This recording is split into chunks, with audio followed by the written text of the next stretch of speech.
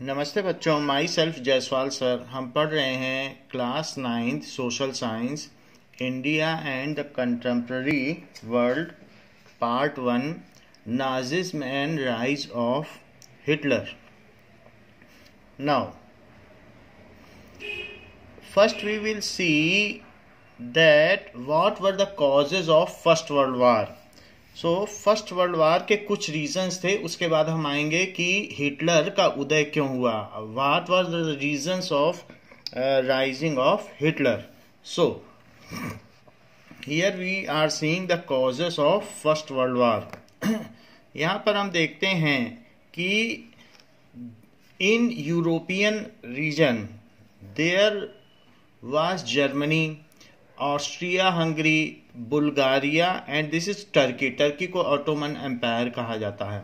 सो ये सारी कंट्रीज थीं और इनमें एक तरीके की ट्रीटी थी कि अगर एक कंट्री पर कोई दूसरा कंट्री अटैक करेगा, इन दोनों पे ट्रीटी थी, तो वे उसकी मदद करेंगे। So there was some such kind of alliance. And Russia और फ्रांस के बीच में भी ट्रीटी थी कि if any of the country is being attacked then they will help each other. So there were some such kind of treaty like Triple Entente was between these the yellow countries. यहाँ पर हम देख रहे हैं कि कुछ yellow countries हैं तो उनमें वो ट्रीटी है। So that is United kingdom, France and Russia में ट्रिपल एंटेंटे था। ऐसे और भी थी। तो ये इसमें जो फर्स्ट वर्ल्ड वार हुआ है उसमें ये सारे कंट्रीज एक साथ मिलकर लड़े हैं। कौन कौन से कंट्रीज एक साथ मिलकर लड़े हैं? Germany, Austria Hungary, Bulgaria and Ottoman Empire, that is Turkey. On other hand यहाँ पर अगर देखेंगे तो कुछ ऐसे कंट्रीज हैं जो अलाइज कंट्रीज हैं, यानी सहयोगी देश। These were the allied countries जो एक साथ मिलकर लड़े हैं। कौन कौन से हैं? United kingdom, France, Italy, Russia and USA, Romania, और छोटे छोटे कंट्रीज भी हैं जो भी एक साथ हैं। कुछ ऐसे भी हैं जो न्यूट्रल रहे हैं, वो उन्होंने किसी का साथ नहीं दिया है और वो अलग रहे हैं। उसमें स्वीडन आ गया, डेनमार्क आ गया, नॉर्वे आ गया, स्विट्जरलैंड, नीदरलैंड, ऐसे कुछ कंट्रीज हैं। स्पेन जो इसमें फर्स्ट वर्ल्ड वार में किसी के साथ नहीं रहे हैं, ना तो वो सेंट्रल पावर के साथ रहे हैं, ना तो वो केंद्रीय शक्तियों के साथ रहे हैं, neither they were with the allied power, ना वो सहयोगी शक्तियों के साथ रहे। अलाइड का मतलब जो एक साथ मिलकर लड़े हैं against central power, against the that is what ever injustice done by these central powers, because they were extending their territories. That's why these powers were have fought against central powers. तो हम पहले देखेंगे क्या reasons थे ये first world war के। तो first world war के कुछ रीजंस हम लोग देखते हैं।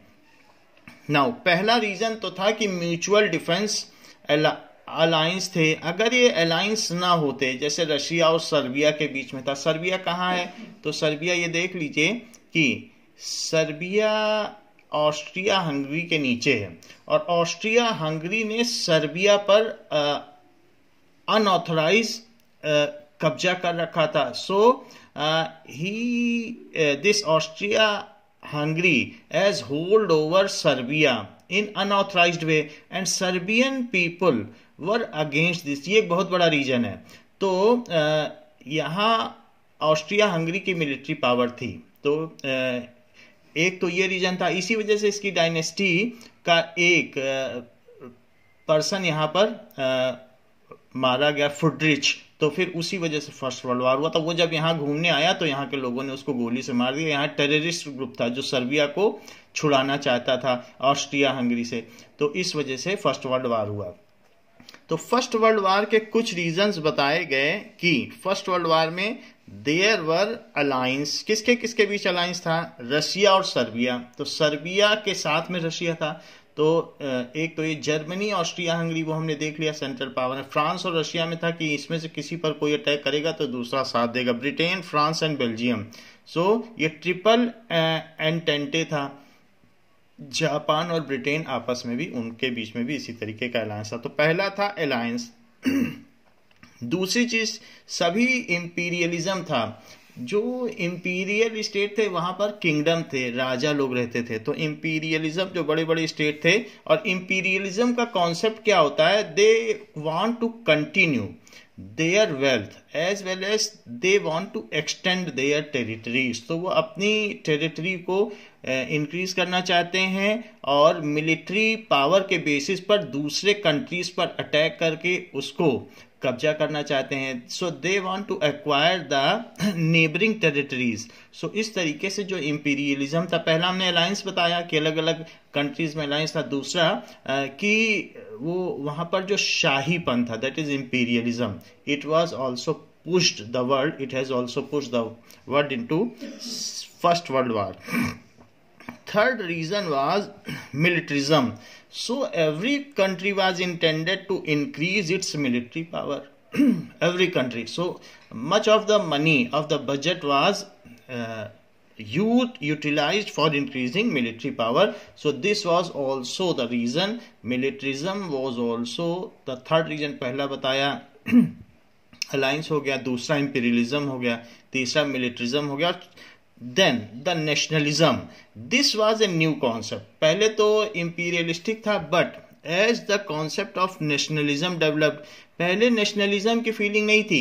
मान लीजिए जैसे इंडिया में भी अकबर जहां जहां जीतता जाएगा तो फिर लोग सोचते थे हाँ हाँ हम अकबर के अंडर में हैं। फिर अकबर ने हार गया और शिवाजी ने जीत लिया तो ठीक है शिवाजी के अंडर में। लेकिन जब से नेशनलिज्म का कॉन्सेप्ट आया, जब से डेमोक्रेटिक कॉन्सेप्ट आया, तो लोग फिर 1 इंच भी जमीन अपने नेशन की नहीं देना चाहते थे, because they worship nation as a deity, वो देवी की तरह पूछते थे और वो सोचते थे कि हमारा नेशन, ये हमारी सोवरेनिटी है, हमारी संप्रभुता है, हम अपने देश की ना 1 इंच जमीन किसी को देंगे ना दूसरे यहाँ की 1 इंच जमीन लेंगे। ये नेशनलिज्म का कॉन्सेप्ट है। फिर ऐसे केस में जो इंपीरियलिस्टिक किंगडम थे, ऐसे राजा लोग जब अटैक करते थे तो it led the world into first world war. So nationalism का कॉन्सेप्ट सबसे पहले फ्रांस से डेवलप हुआ और फिर वहां से वो एक्सटेंड होते होते यूरोपियन कंट्रीज में धीरे धीरे फैलने लगा था।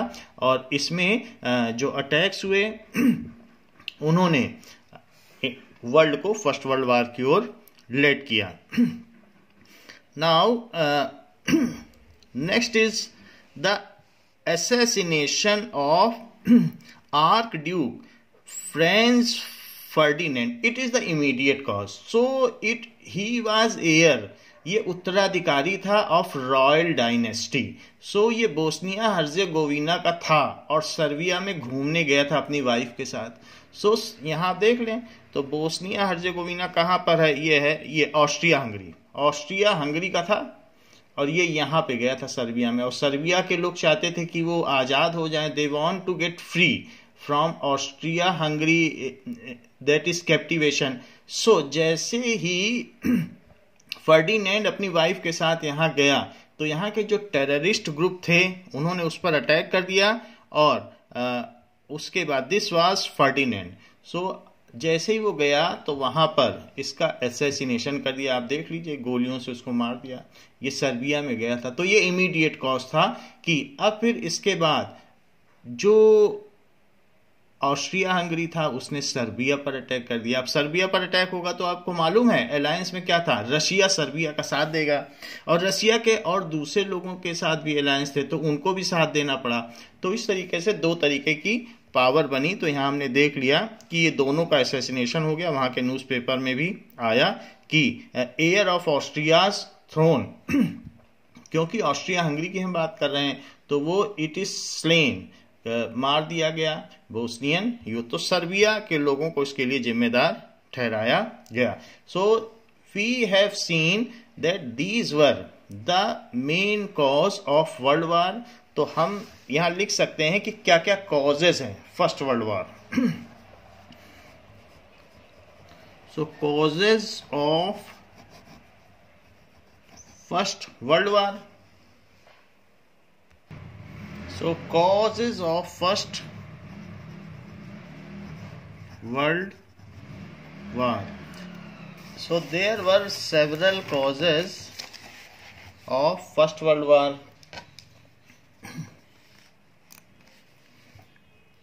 पहला इंपीरियलिज्म,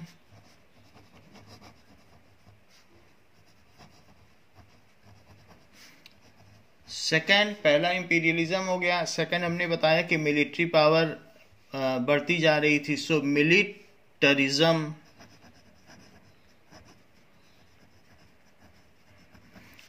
थर्ड नेशनलिज्म,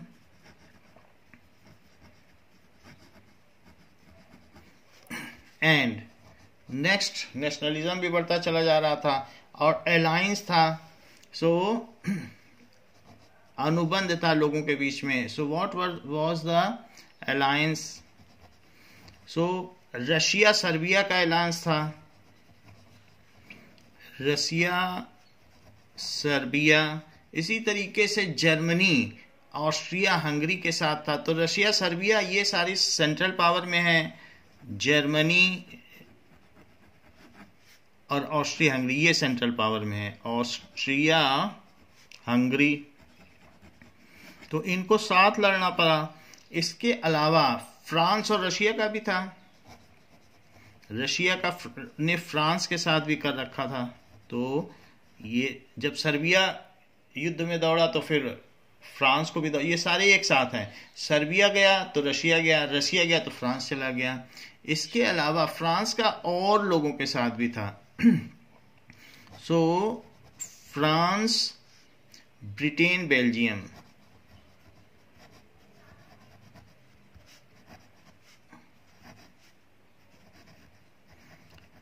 इसे ट्रिपल एंटेंटे कहते हैं। फिर इसके अलावा ब्रिटेन का और एक किसी के साथ था, इसका जापान के साथ भी था। तो ये सारे कंट्रीज एक साथ इनका अलायंस था। एंड आफ्टर बाद में यूएसए भी आ गया सेंट्रल पावर में और वो भी इनके साथ हो गया। तो जर्मनी, ऑस्ट्रिया हंगरी, इसके अलावा ऑटोमन एम्पायर भी इनके साथ थे।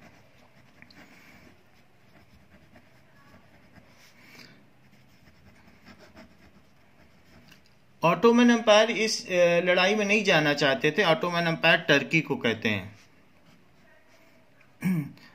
जिसके अभी अर्दोगन प्रेसिडेंट हैं। तो टर्की। इसके अलावा टर्की के अलावा बुल्गारिया भी इनके साथ लड़ा। तो ये सारे ये सेंट्रल पावर थे। तो अलायंस इनके बीच में था, अलायंस इनके बीच में था। ये सब बाद में आए। सो दिस वाज अलायंस। ये अलायंस है, इन सब के बीच अलायंस है। यहाँ अलायंस, यहाँ अलायंस, यहाँ अलायंस और यहाँ अलायंस और साथ में यहाँ भी अलायंस। ये अलायंस है।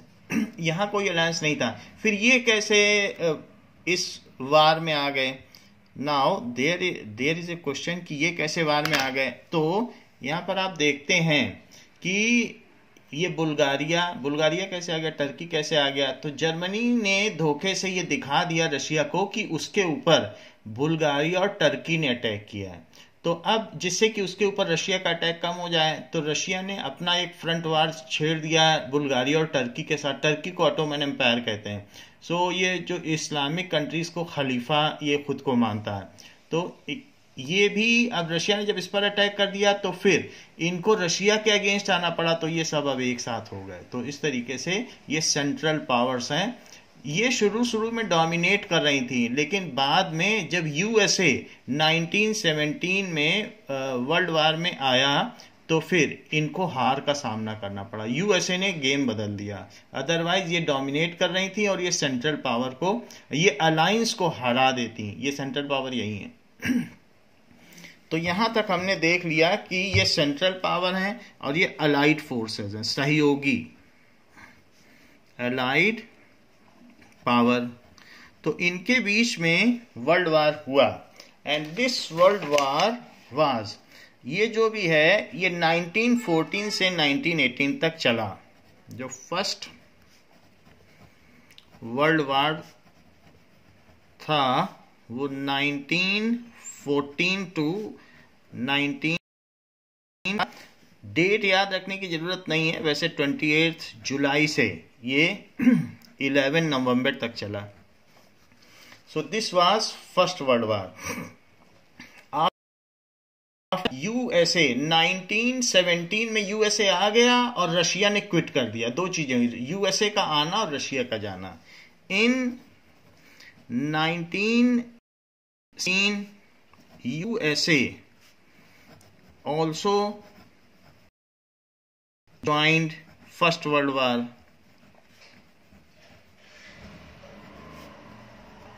And Russia left it. Russia ने फिर फर्स्ट वर्ल्ड वार को इकोनॉमी के चलते, उसकी इकोनॉमी डाउन हो रही थी तो छोड़ दिया। आप कहेंगे कि यूएसए क्यों आ गया, यूएसए के आने की क्या जरूरत थी? तो कुछ और चीजें भी हमें इसमें देख लेनी चाहिए कि यूएसए की क्यों एंट्री हो गई।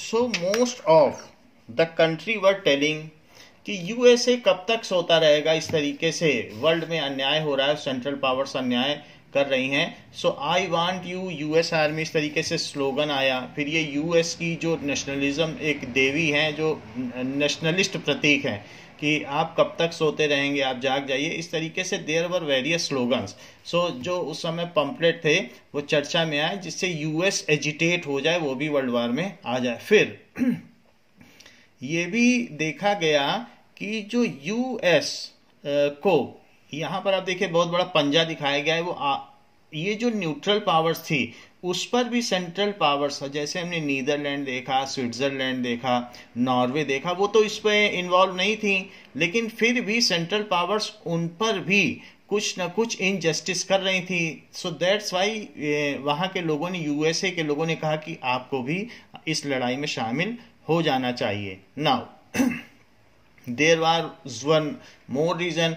एक पैसेंजर शिप को जर्मनी ने अटैक करके, जबकि ये पैसेंजर शिप था, वार शिप नहीं था, तो वो ब्रिटेन का शिप था, और उस पर अटैक करके उसको पानी में डुबो दिया, और जिसमें 128 अमेरिकन्स मारे गए। तो ये भी एक रीजन था कि यूएसए को अब जर्मनी के खिलाफ युद्ध में उतरना था। और फिर बाद में ट्रीटी की गई कि आप सबमरीन से लड़ाई नहीं करोगे, लेकिन जर्मनी ने सबमरीन से लड़ाई करना और पैसेंजर शिप पर अटैक करना जारी रखा। उसने फिर से एक शिप को इस तरीके से पानी में डुबो दिया। दीज वर द रीजंस कि अमेरिका को यानी यूएसए को इसमें उतरना पड़ा। So these were the reason, हमने आपको रीजन बता दिया कि USA join the first world war. So by this allied power outweigh, यानी ये डोमिनेट कर गई over central power. By this allied power dominated over central power।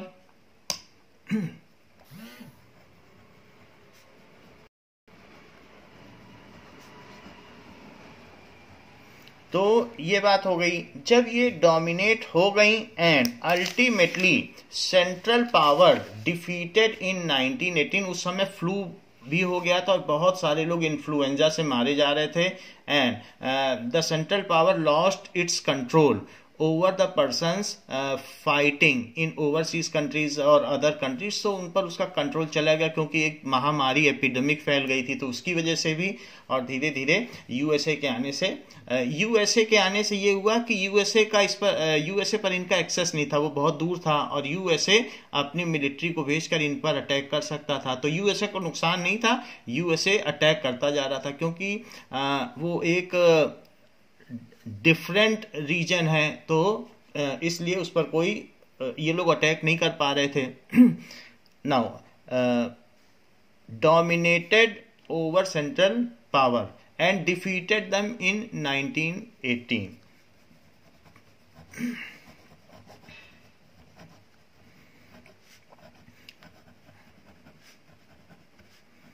1918 में जब डिफीट कर दिया, तो उसके बाद एक ट्रीटी हुई, डिफीट हो गई, तो अब इनको एक इनके साथ की now war is to be terminated, and इसके लिए एक संधि हुई जिसको युद्ध संधि कहते हैं, that is treaty of war. So that treaty of Versailles was signed, ये फ्रांस में साइन हुई। तो ये लोग हार गए, तो जहां हारे थे वहां नहीं साइन की गई, क्योंकि जर्मनी, ऑस्ट्रिया, हंगरी ये सब सेंट्रल पावर थे, ये हार गए थे। तो ये जो ट्रीटी साइन की गई, that was signed in France. France में सबसे पहले डेमोक्रेसी आई थी। तो यहाँ पर एक जगह थी जिसको वर्सलीज कहते हैं, तो वर्सलीज में ये ट्रीटी साइन की गई 1919 में। सो जून 28, 1919 में हुई। जबकि 1918 में वर्ल्ड वार खत्म हो गया, फिर उसके बाद एक संधि हुई, बाकी देशों ने मिल बैठकर कुछ पॉइंट्स बनाए, तो करीब करीब नवंबर के बाद जून, यानी 7 मंथ्स के बाद एक ट्रीटी साइन हुई। तो ये सारी पावर्स हार गई थी।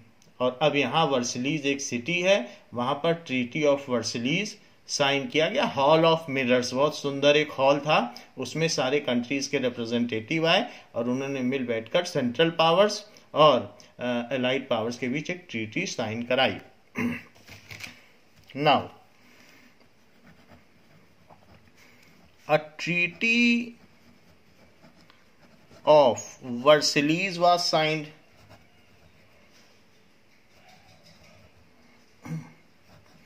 So treaty of Versailles sign की गई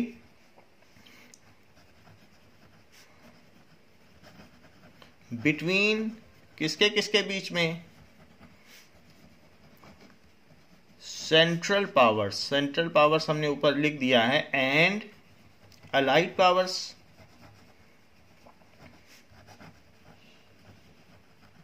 तो ये कहां साइन हुई? In Versailles city. सो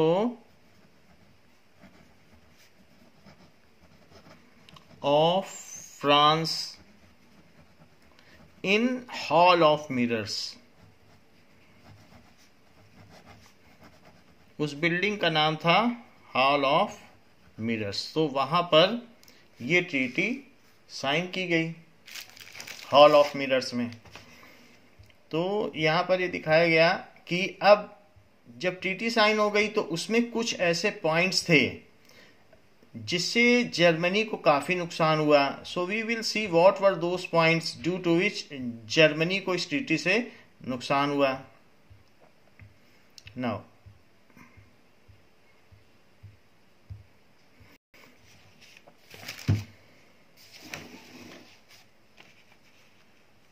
क्या क्या इस ट्रीटी के पॉइंट्स है, let us see. So the main features of treaty,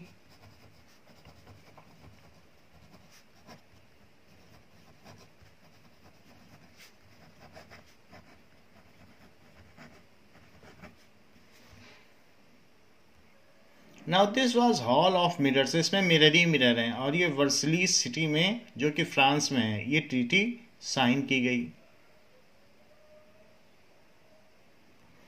वर्सलीज में आप 2 L लगा लें, there are 2 L। So treaty of Versailles was signed which is in Versailles city. The main features of treaty, क्या क्या treaties थे कि some German territories were given to neighbouring countries. German की कुछ जमीन दूसरों को दे दी गई। सम जर्मन में इसीलिए नाजिज्म आया, जो हिटलर ने बताया कि हमारे साथ अन्याय हुआ है and we have to fight against it. So German territories दूसरों को दे दी गई, तो उसके लिए फिर वहां इसीलिए ये हिटलर आया। जर्मन टेरिटरीज, तो जर्मनियों ने सोचा हमारे साथ अन्याय हुआ है। So some German territories were given to neighbouring countries.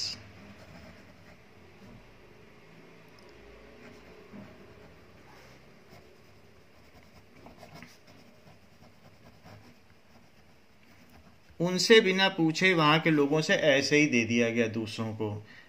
And other territories, जो भी उसके बॉर्डर्स थे, वो इंटरनेशनल सुपरविजन में रख दिए गए। So that is the border. Borders का मतलब जो और दूसरी टेरिटरीज थी जिस पर और भी उसका कब्जा था, बॉर्डर्स एंड टेरिटरीज। टेरिटरीज का मतलब उसके जमीन के अंदर जाके भी, कि वहां लोग जाके अब देख सकेंगे कि वो अब तो कोई गड़बड़ नहीं कर रहा है। तो ये बहुत बड़ी इंसल्ट है, किसी कंट्री के अंदर कोई चला जाए और कहे कि हम देखने आए कि आप गड़बड़ तो नहीं कर रहे हो, तो वो सोवरेनिटी पर, वहां की संप्रभुता पर हमला हो जाएगा। So were kept under international supervision. ये भी जर्मनियों के लिए अच्छा नहीं था।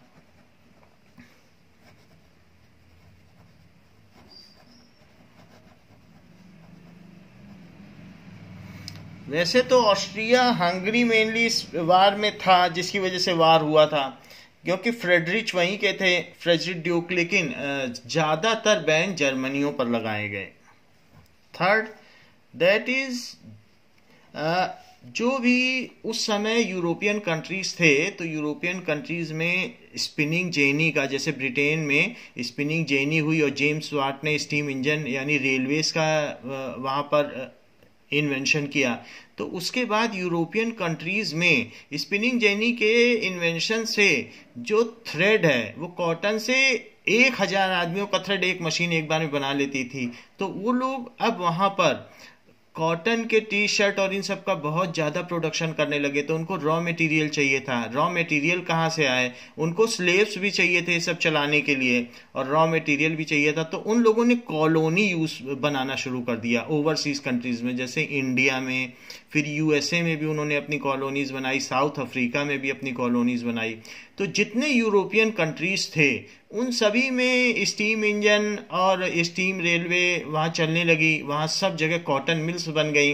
केवल ब्रिटेन, दो the invention was done in Britain, लेकिन आसपास जर्मनी, इसके अलावा फ्रांस, इन सभी जगहों पर वहाँ पर बहुत ज़्यादा डेवलपमेंट हो गया स्पिनिंग जेनी के बनने से और स्टीम इंजन यानी रेलवेज के आने से।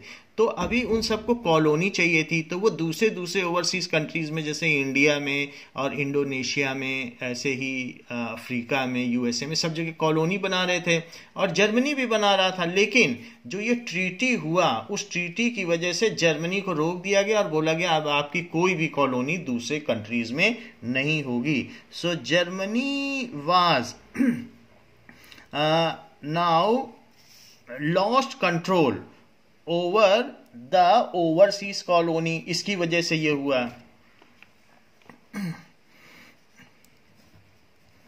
Germany lost control over overseas. Overseas का मतलब समुद्र के पार, ओवरसीज कॉलोनीज, जो उसने दूसरी जगहों पर अपने उपनिवेश बना रखे थे, वहां पर अब उसका अधिकार खत्म हो गया। And the military capabilities were severely restricted. उसको बोला गया अब आप अपनी कोई मिलिट्री पावर नहीं बढ़ाएंगे। सो मिलिट्री कैपेबिलिटीज वर सीवियरली रेस्ट्रिक्टेड। ये चार चीजें हुई जो जर्मनी के लिए बहुत, ये किसकी? मिलिट्री कैपेबिलिटीज ऑफ जर्मनी, ये सब जर्मनी के साथ ही हुआ। Were severely restricted and the treaty was signed by Weimar Republic. Weimar Republic Germany की रिपब्लिक थी जो 1918 में ही आई थी, और ये एक फेडरल स्ट्रक्चर की थी। वहां के लोगों ने इसे चुना था, बट वहां के किंग ने इसको मान्यता नहीं दी थी। फिर भी जो ट्रीटी हुई, सेंट्रल पावर ने किंग को छोटा दिखाने के लिए कि हम तुमसे साइन नहीं करेंगे, जो लोगों ने जिसे चुना है, क्योंकि डेमोक्रेसी की जगह जगह चर्चा हो रही थी। So this treaty was signed bye between.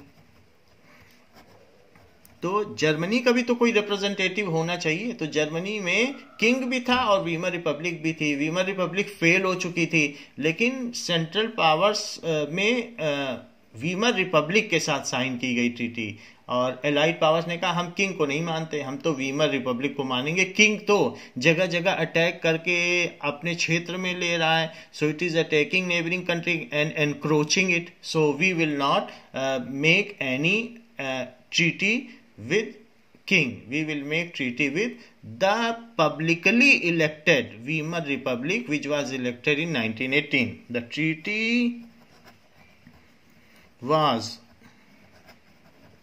signed between allied power, सहयोगी शक्तियां जो पूरा वर्ल्ड था, रशिया और ये सारे, इंग्लैंड, फ्रांस, यूएसए, तो उनको अलाइड पावर कहते हैं. Allied power and Weimar Republic. नाम ही है रिपब्लिक, सो गणतंत्र. Weimar Republic of Germany. Weimar Republic of Germany के बारे में जानते हैं कि ये कौन है. तो उसी ने ये सारी की थी, तो सबका गुस्सा वीमर रिपब्लिक पर था कि इसने ऐसी ट्रीटी क्यों साइन की. So Weimar Republic of Germany. Weimar Republic of Germany was elected by German people. Democracy की वजह से वीमर रिपब्लिक वाज, ये क्या था, एक ग्रुप ऑफ मेंबर्स जिनको इलेक्ट किया था जर्मन के लोगों ने, और वही उन्होंने ही वीमर सिटी था वहां पर जर्मनी में, वहां सबसे पहली कॉन्फ्रेंस की थी, जिसकी वजह से इसका नाम पड़ गया था वीमर रिपब्लिक. जर्मनी में एक सिटी है वीमर. सो वीमर रिपब्लिक ये क्या है, इज अ फेडरल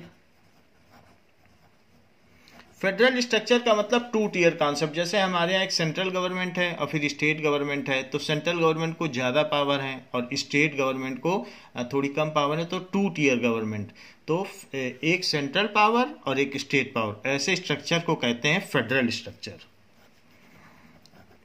बहुत सारी स्टेट होती हैं, लेकिन central as well as state power दोनों होती हैं.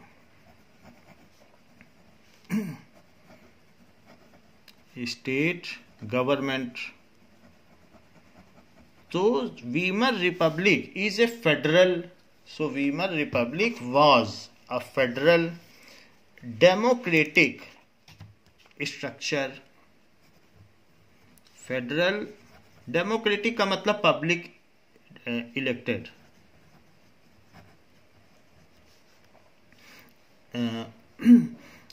ये ऑर्गेनाइजेशन भी कह सकते हैं या स्ट्रक्चर,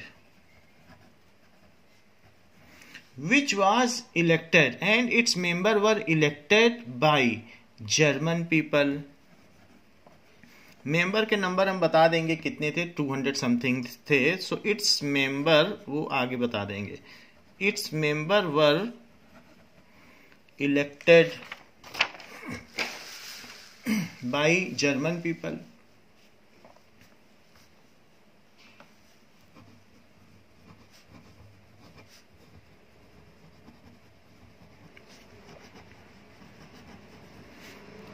इन 1918. तो वीमर रिपब्लिक की स्थापना इसमें हुई and its first conference has taken in Weimar city.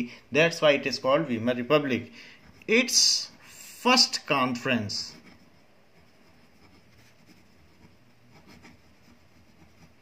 Of members.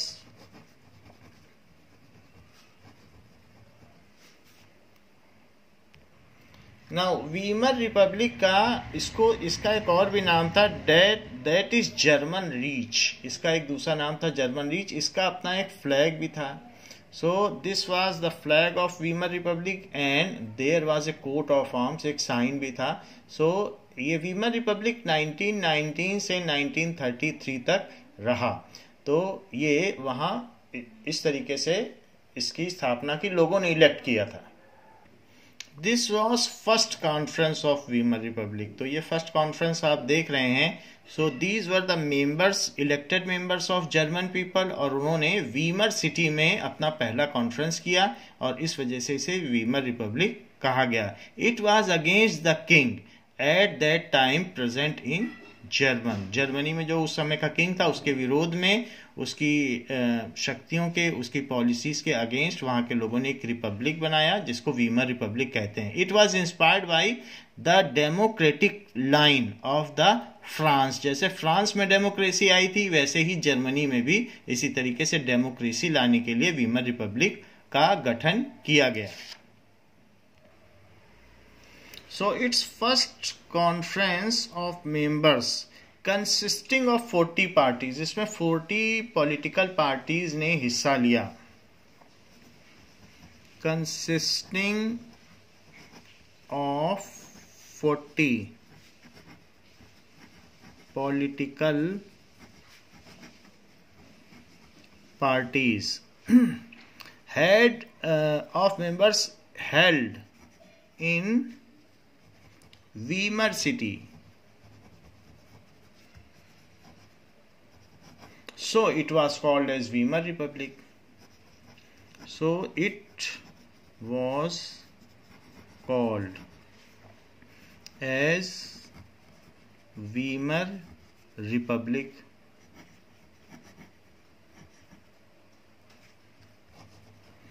तो वहां के किंग ने इसको मान्यता नहीं दी. ये जो वीमर रिपब्लिक था, it was not it is not acknowledged by the government, the king at that time present. So we will see कि फर्स्ट वर्ल्ड वॉर के जो ट्रीटी थे वो तो हमने देख लिया, क्या क्या कॉन्सिक्वेंसेस थे और उसकी वजह से कैसे हिटलर का उदय हुआ. So after the defeat of Imperial Germany, so consequences क्या थे? After the defeat of Imperial Germany का मतलब शाही जर्मनी, वहां राजा था. Imperial Germany. At the end of First World War, King Kaisar William II abdicated. उसने अपनी सिंहासन से हट गया. So Imperial Germany at the end of First World War.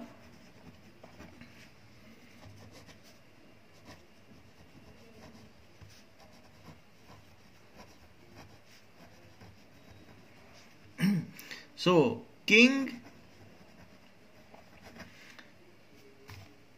Kaisar William II, so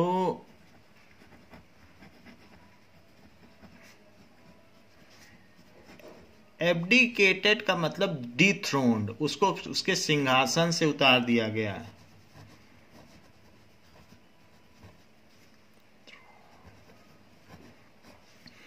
and he fled, वो वहां से भाग गया. ही फ्लेड टू हॉलैंड, वो वहां से चला गया. सीधी बात है, अपने यहां से वो चला गया.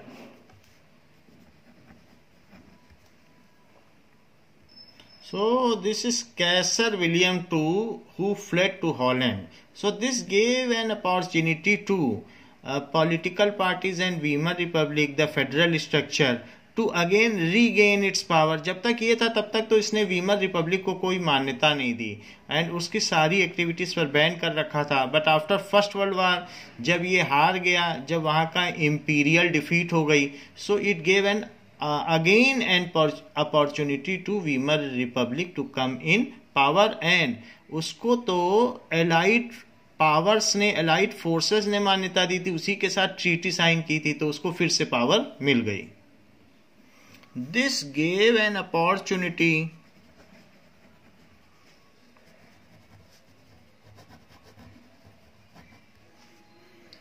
To political parliamentary bodies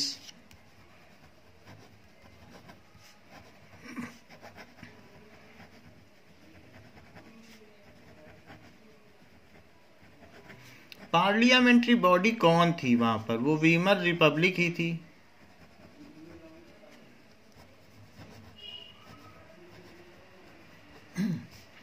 so to recast German policy,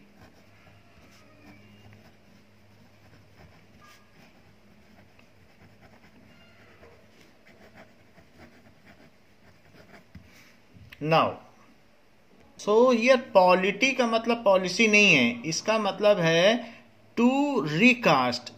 या फॉर्मेशन और कॉन्स्टिट्यूशन ऑफ सिविक बॉडी, किसी चीज को बनाने को पॉलिटी कहते हैं। सो जर्मन में अब एक नया चेंज आ रहा था, इंपीरियलिज्म से नेशनलिज्म आ रहा था, जो डेमोक्रेटिक्स आ रही थी, तो इस चीज को कहते हैं recasting of the construct of nature of government, उसको पॉलिटी कहते हैं। Now Weimar Republic has to face many problems. कौन कौन सी थी? Since beginning Weimar Republic has to face many problems since beginning, जब से बनी थी 1918 में ही बनी थी, just end of world war से पहले बनी थी। To face many problems since beginning. क्या क्या प्रॉब्लम्स थी? पहली problem, the terms and condition of treaty of Versailles were too harsh and humiliating. The terms and condition of treaty of Versailles were too harsh.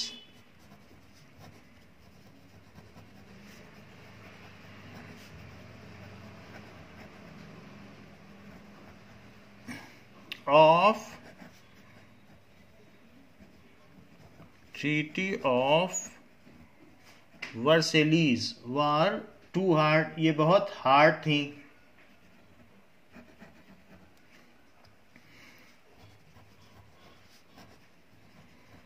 Harsh and humiliating, और वहां की sovereignty को भी disturb कर रही थी, उसके अगेंस्ट थी, कि वहां पर कोई इंटरनेशनल बॉडी आएगी, देखेगी कि वो कुछ गलत तो नहीं कर रहे हैं। सो ये ह्यूमिलिएटिंग थी। और जितना वार का खर्चा था, सो रिपेरेशन ऑफ वॉर वो भी इनसे लिया गया, कि जितने लोगों ने जितने बम गिराए हैं उसका भी खर्चा दो, और उनके यहाँ अगर आपने बम गिराए हैं तो जो नुकसान हुआ है उसका भी खर्चा दो। यानी बॉम्ब्स रॉकेट का भी खर्चा लिया गया, और उनके यहाँ जो नुकसान हुआ उसका भी खर्चा लिया गया। That is war reparation. So Germany had to agree,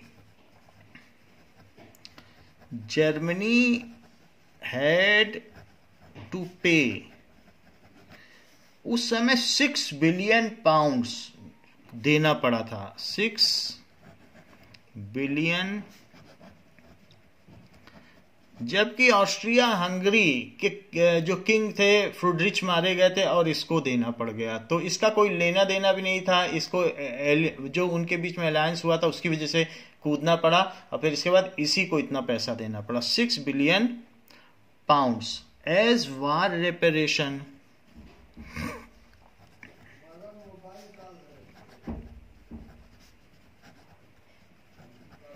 to allied countries. तो इतना पैसे का बर्डन आ गया।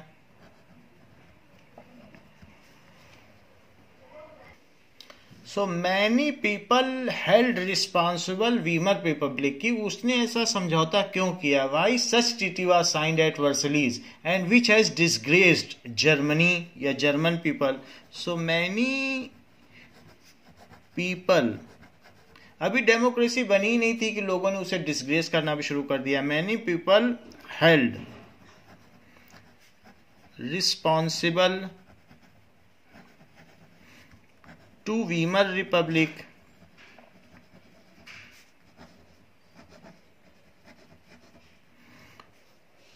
For defeat of war, defeat of war, जबकि वो मिलिट्री पावर ने लड़ा था वो युद्ध, वीमर रिपब्लिक ने तो लड़ाई नहीं था। For defeat of war and that is disgrace of German people at वर्सलीज।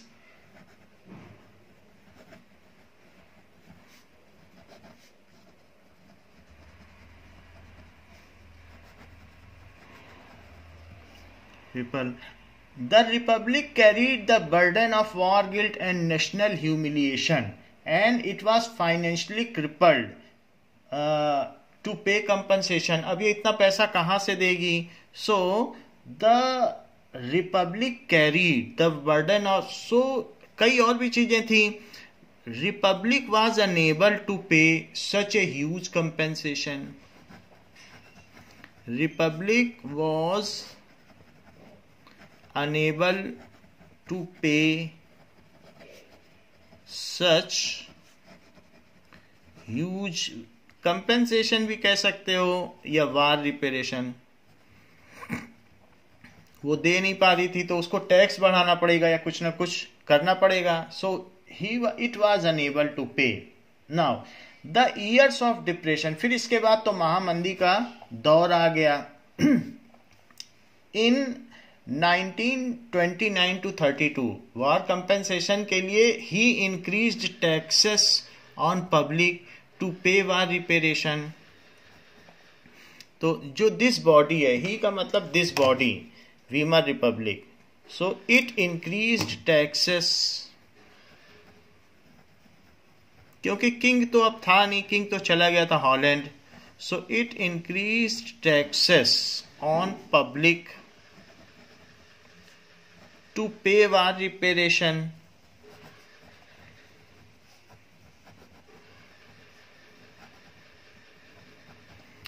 एक इतनी ही बात होती तो चल जाता, लेकिन इसके बाद वहां ग्रेट डिप्रेशन आया। तो वो महामंदी का दौर क्या था?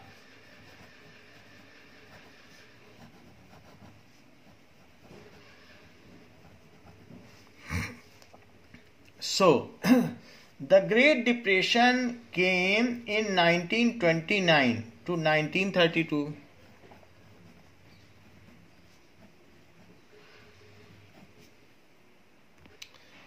There were some reasons of Great Depression that 1920 से 29 तक अमेरिका में बहुत ज़्यादा प्रोडक्शन हुआ, क्योंकि उसके ऊपर किसी ने वार लड़ा नहीं था, उसके ऊपर कोई बॉम्ब अटैक नहीं हुआ था, तो वो अल्टीमेटली काफ़ी डेवलप करता रहा और जितना पैसा आता रहा, इंडस्ट्रियलाइजेशन बढ़ता रहा, बहुत सारी मशीन्स लगती रहीं, तो उसकी वजह से उसका प्रोडक्शन बढ़ गया और लोगों ने, इन्वेस्टर्स ने अपना पैसा वहाँ, जैसे यहाँ पर हमारे यहाँ बॉम्बे स्टॉक एक्सचेंज है तो वैसे वॉल स्ट्रीट है अमेरिका में, तो वहाँ पर स्टॉक एक्सचेंज में बहुत सारा पैसा इन्वेस्ट किया। लेकिन 29 तक आते आते लोगों का पैसा तो डबल हो गया, फिर उसके बाद इतना इंडस्ट्रियलाइजेशन हो गया कि लोगों को अब जॉब जाने लगा, क्योंकि हजारों लोगों का काम एक ही मशीन कर लेती थी। तो जैसे जैसे अर्बनाइजेशन होने लगा, इंडस्ट्रियलाइजेशन होने लगा, लोग जॉबलेस हो गए और वहाँ 15 मिलियन लोग जॉबलेस हो गए और half of the persons were at street, वो भूखे रहने लगे। तो ऐसे केस में अब लोगों ने स्टॉक एक्सचेंज से अपना पैसा वापस निकालना शुरू कर दिया। तो जब वॉल स्ट्रीट में जो उनका शेयर मार्केट था वो बिल्कुल नीचे आ गया, उसको कहते हैं ग्रेट डिप्रेशन, तो डॉलर की कीमत गिर गई, अब इन्वेस्टमेंट जीरो हो गया और बहुत सारे लोग जॉबलेस हो गए। तो जो उसका इफेक्ट था, जब लोगों ने अपना पैसा निकालना शुरू कर दिया, तो उसको कहते हैं महामंदी का दौर। तो वो अमेरिका की वजह से आया था, क्योंकि अर्बनाइजेशन एंड इंडस्ट्रियलाइजेशन की वजह से लोग जॉबलेस हो गए थे। So due to great depression hit the German economy badly. पहले से ही वीमर रिपब्लिक टैक्सेस ले रही थी, लोग डिस्ग्रेस थे, अब एक नया और ये प्रॉब्लम आ गया। So due to great depression hit the German the Great Depression hit German economy badly. So उसकी वजह से क्या हुआ, in 1932 the industrial production was reduced by 40%। जब उनका सामान कोई लेने वाला नहीं है, किसी के पास पैसा ही नहीं है, सो उसकी वजह से लोग कोई जर्मनी का सामान खरीद नहीं रहा था। ये यूरोपियन कंट्रीज थे, ये मेन हब थे प्रोडक्शन के, लेकिन अब कोलोनाइजेशन में और इतना इंडस्ट्रियलाइजेशन हो गया था कि चीज़ों की डिमांड घट गई। और भी और रीज़न थे, जैसे इंडिया में स्वदेशी चल रहा था कि हमें नहीं लेना है बाहर की कंट्रीज़ का सामान, तो हमारे यहाँ भी कॉलोनीज़ में भी, साउथ अफ्रीका में भी इनकी डिमांड घट गई इनके सामान की। सो इसकी वजह से the production was reduce to 40%। जब डिमांड ही नहीं होगी तो प्रोड्यूस क्यों करेंगे। Hit German economy badly, the production was So production was reduced by 40% in 1932. इतना प्रोडक्शन इनका और कम हो गया. So workers lost their jobs and or they were paid with reduced wages. ये सारा और भी प्रॉब्लम आ गई. Workers lost their jobs. ये अमेरिका की वजह से आया, बट लोगों ने वीमर रिपब्लिक को रिस्पॉन्सिबल ठहराया. उनको मालूम नहीं था कि वर्ल्ड वाइड क्या चल रहा है, तो इमीडिएटली उन्होंने वीमर रिपब्लिक को इसके लिए ही जिम्मेदार ठहराया. The economic crisis created deep anxieties and fear in people.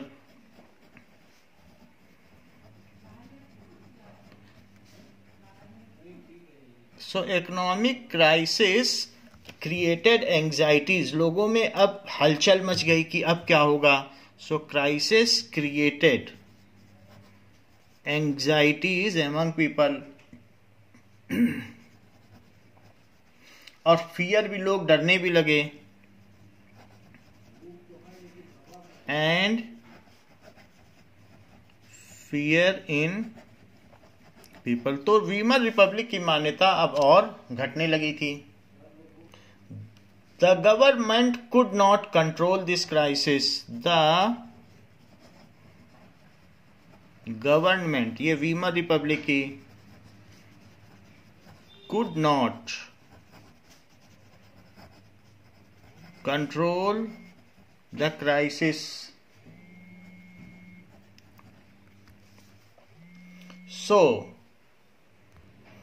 So government could not control the crisis, and उसकी वजह से क्या हुआ? The people lost confidence in democratic parliamentary system. So people, वो फिर से चाहते थे कि कोई दूसरा रूलर आए जो उनको इस सब से निकाले.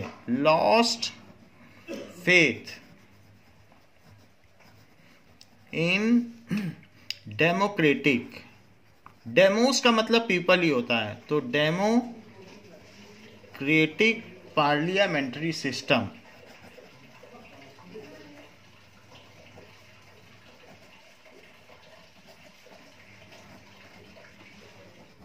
So they have lost their faith, and the crisis in economy, polity and society formed by this has given a chance for rise of Hitler in power. So this has given a chance for rise of Hitler in power.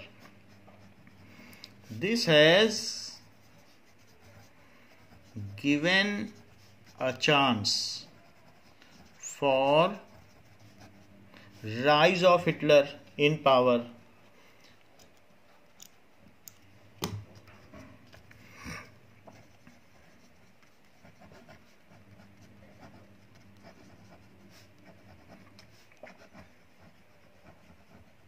इसकी वजह से Hitler को chance मिला फिर से power में आने का.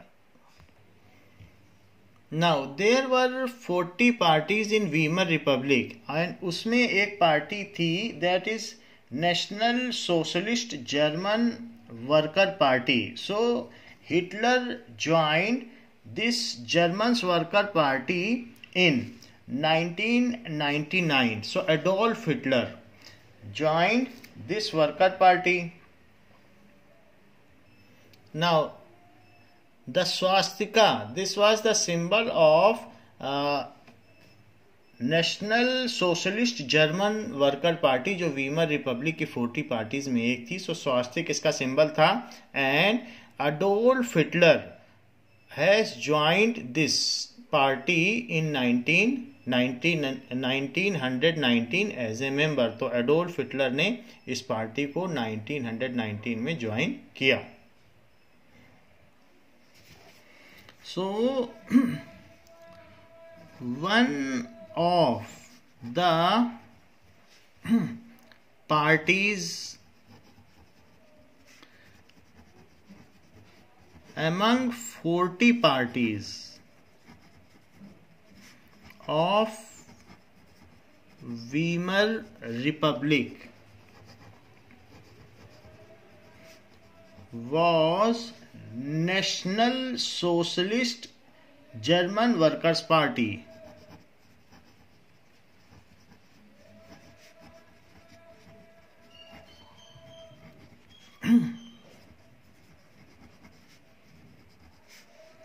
So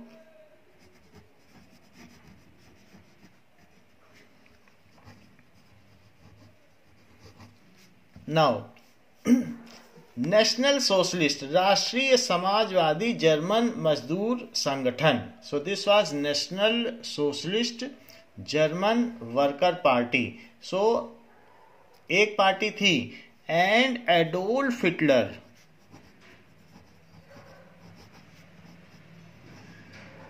joined it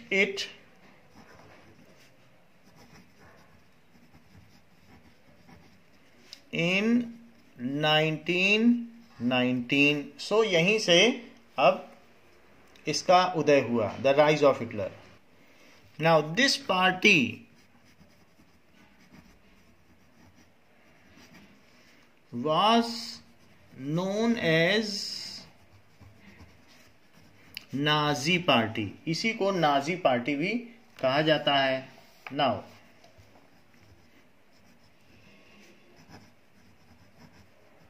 वैसे तो एन ए यहां से आ गया, एन ए एस था और एस आई नासी था, लेकिन वो नाजी बन गया. This became as Nazi party. It was fascist. Fascist का क्या मतलब है? इस पार्टी का कॉन्सेप्ट क्या था, आइडियोलॉजी क्या थी?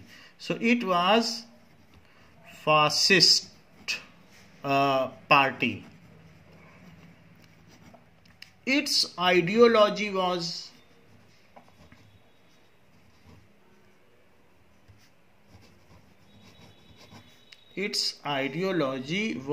that the German people, blue-eyed German people,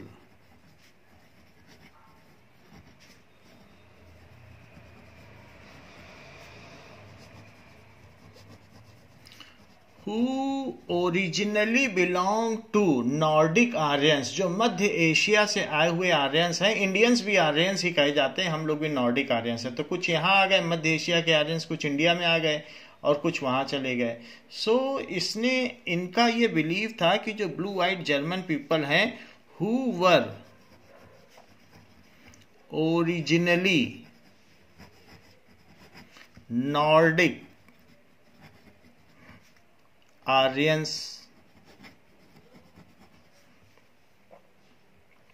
now it is Nordic came from north and Aryans का मतलब सुपीरियर, श्रेष्ठ को आर्य कहते हैं. जैसे आर्य पुत्र कहा जाता है किसी को, तो श्रेष्ठ कहा जाता है. So north superiors. सो इसका एटिमोलॉजी, इसका शाब्दिक अर्थ है. So who were originally Nordic Aryans, that is a gene came from middle east, जो मध्य एशिया से आए थे. Gene originated from middle east Asia. उसको सेंट्रल या नॉर्दर्न रीजन कहते हैं. तो नॉर्दर्न सुपीरियर ये कहा जा सकता है, उत्तर के श्रेष्ठ लोग. सो ऐसा वो मानते थे, are superior than any other races. देखिए फासिस्ट का मीनिंग बता रहा हूं. फासिस्ट का मतलब जो ये मानते हैं कि उनकी रेस सभी रेसेस में सबसे सुपीरियर है, उसको कहते हैं फासिस्ट. तो ये जो नाजीज थे, ये फासिस्ट थे. Are superior than any other race. Human में बहुत सारी रेस हैं, कुछ अमेरिकन है, कुछ ऑस्ट्रेलियन है. तो ये लोग मानते थे कि हम सबसे सुपीरियर हैं, जिनकी ब्लू आईज हैं. And we are only allowed to survive on earth and other are to be killed. दूसरे लोगों को मर जाना चाहिए और सिर्फ जर्मन्स को ही जिंदा रहना चाहिए. ऐसी इनकी खतरनाक सोच थी. सो दे वर fascist. So, who believe on race are known as fascist. Those who believe on superiority of race on basis of race, race के बेसिस पे जो मानते हैं कि उनके ओरिजिनेशन के बेसिस पे मानते हैं, उनके जीन के बेसिस पर मानते हैं, सो आर कॉल्ड फासिस्ट, उनको फांसीवादी कहते हैं, fascist. So Nazis were fascist, Nazis were fascist. They think that only Nordic Aryans have a birthright to live on Earth, and other races, they do not have any birthright to live on Earth. They believe that only Nordic Aryans, जो कि वहाँ की main German population थी, only Nordic Aryans have birthright to survive on Earth, and other races do not have that birthright, which are inferior. वो ऐसा मानते थे, do not have this birthright,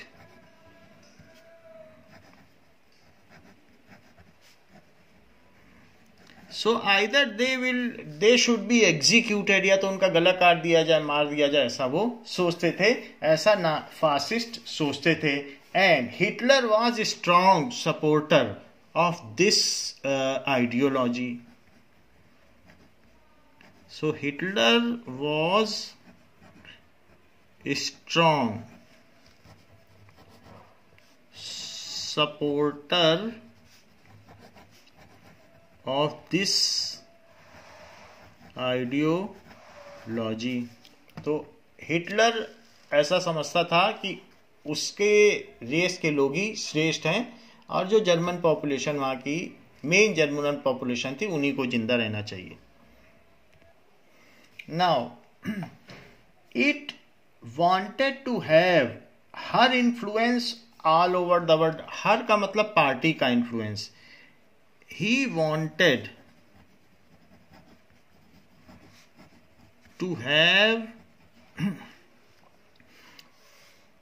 influence of Nordic people, to have German influence, या German के लोग ऐसे थे तो हर एक नेशन के लिए यूज होता है। So her influence all over the world,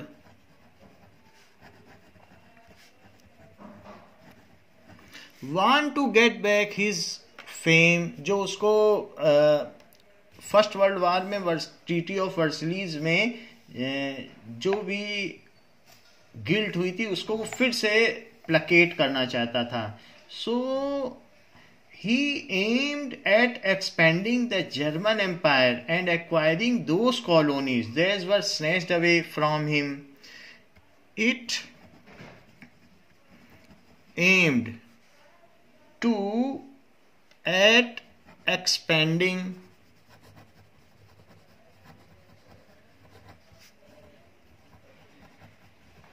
German Empire and acquiring all those colonies, और जो कॉलोनीज उससे ले ली गई थी,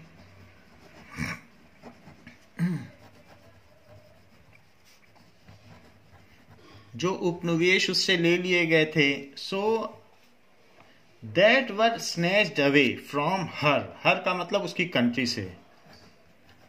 that were snatched away from her,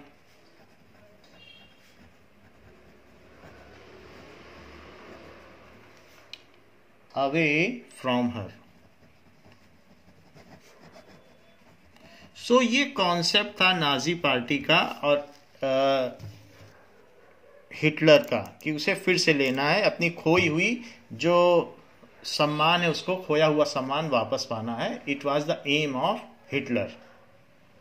now जो ग्रेट डिप्रेशन है वो 30 दैट वाज अप टू 32 तक चला था, 1929 से 32 तक। तो 1930 में इसी ग्रेट डिप्रेशन के दौरान the Nazi party manage to mobilise a mass movement. लोग इस बात को पसंद नहीं करते थे, लेकिन उसकी ये जो आइडियोलॉजी थी कि जर्मनी को फिर से अपनी फेम वापस पानी चाहिए, सो उसने अपनी आइडियोलॉजी का प्रोपेगेंडा लोगों में चलाया कि हमें फिर से पाना है ये सब कुछ। जबकि इसमें और भी लोग थे जर्मनी में, स्वीडिश भी थे और नॉर्वियन भी थे और दूसरे भी थे, डच भी थे।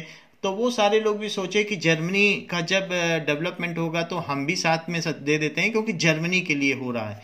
सो he mobilized, earlier he was not able to mobilize इस प्रोपेगेंडा, लेकिन जब उसे मौका मिला, ग्रेट डिप्रेशन आया। So during great depression he had got a chance to mobilize this concept of fascism. So during great depression, महामंदी के दौर में, he had got a chance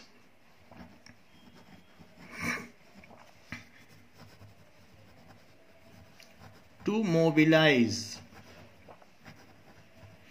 his propaganda of fascism, though it was a false concept, but he has mobilized it by stating false statements, so it is known as propaganda. If something which is false is spread among people, then it is called propaganda. So to mobilize his propaganda of fascism, fascism हमने आपको बताया कि जो race के basis पर होता है कि एक रेस दूसरे से अच्छी है। सो ऐसा कोई ब्लैक एंड व्हाइट में भी लोग कह सकते हैं कि ब्लैक रेस अच्छी, लेकिन ऐसा कुछ है नहीं, all human are good. So mobilise is propaganda of fascism among people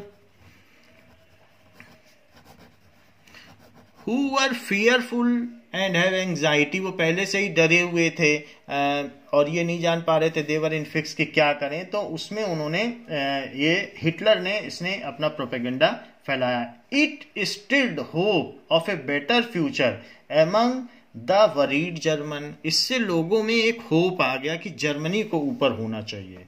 it stilled का मतलब जैसे चम्मच से पानी चलाते हैं, ऐसे ही वो लोगों में उथल पुथल मचा दी। It stilled a hope among German people for better future, for better future and इस तरीके से ये काम कर गया। Nazi party became the largest party in German parliament. फिर और भी इसके बाद चुनाव हुए, most of the other parties support करने लगे और उन 40 पार्टी में अब नाजी पार्टी लार्जेस्ट हो गई 32 तक आते आते। सो इन 1932, वो भी महामंदी का दौर था, 29 से 32 तक चला था। सो इन 1932 the Nazi party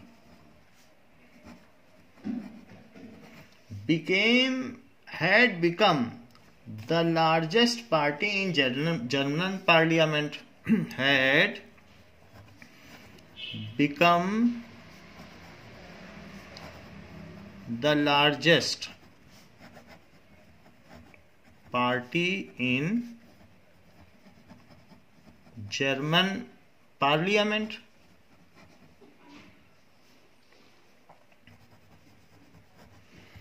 So, Hitler, the leader of Nazi party, was a powerful speaker. कुछ स्किल्स भी देखें कि हिटलर की क्या क्या स्किल्स थी। सो हिटलर वो एक गुड ओरेटर था, वो बहुत अच्छा ओरेटर था। The leader of Nazi party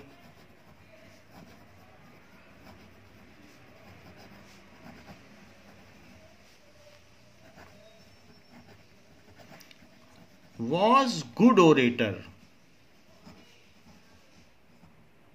सो वो ओरेटर था, वो नाटे कद का था। सो हाइट उसकी ज़्यादा नहीं थी, बट एक अच्छा वक्ता था। So he was a good orator, that means powerful speaker.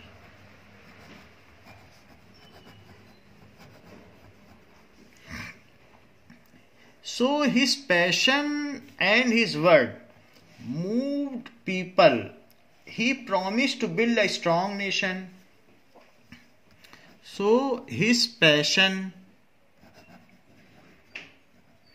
and skill of speech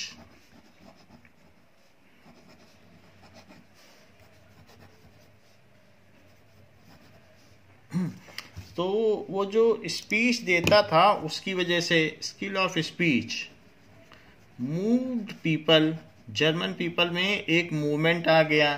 and he promised to build a strong nation. He promised, लोग वीमर रिपब्लिक से तो नाराज थे ही, promised to build a strong nation.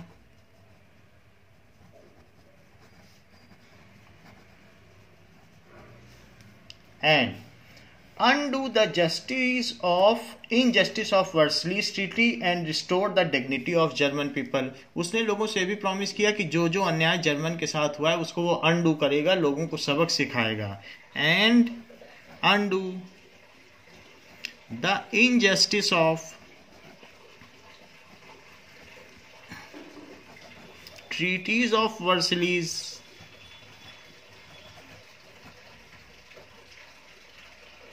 सो वर्सेलीज की जो treaty में उनके साथ अन्याय हुआ है उसको अनडू करेगा। And restore the dignity of German people. And restore the dignity of German people.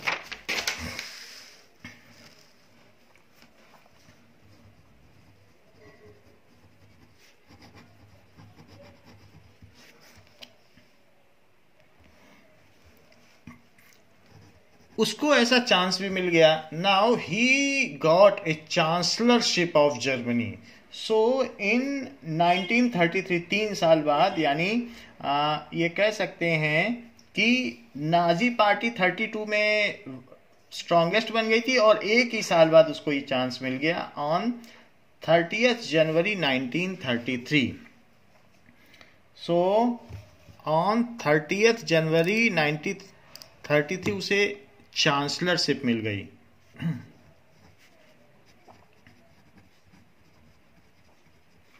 So Hitler got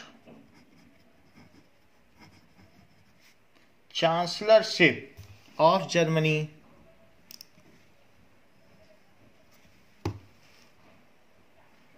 now Hitler got chancellorship, so वहां वो चांसलर बन गया, that is head of government. So he had got chancellorship of Germany, that is head of government हो गया वो। जैसे हमारे यहाँ प्राइम मिनिस्टर होते हैं ऐसे वो वहाँ का हेड बन गया।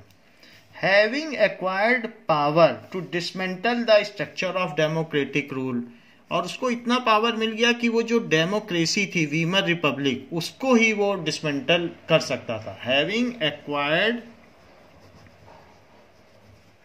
power to dismantle, so having acquired power to dismantle, सो उसको इतनी पावर मिल गई to dismantle the structure of democratic rule.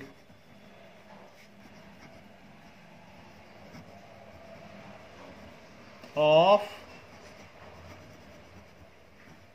Democratic rule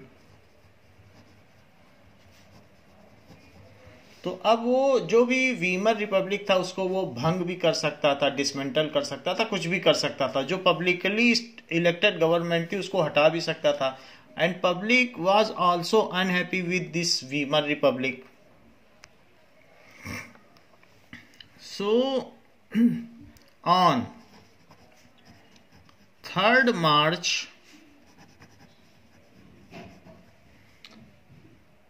1933 लगभग 3 महीने बाद, इसके 3 महीने बाद, so famous enabling act was pass किया। He passed an act called famous enabling act.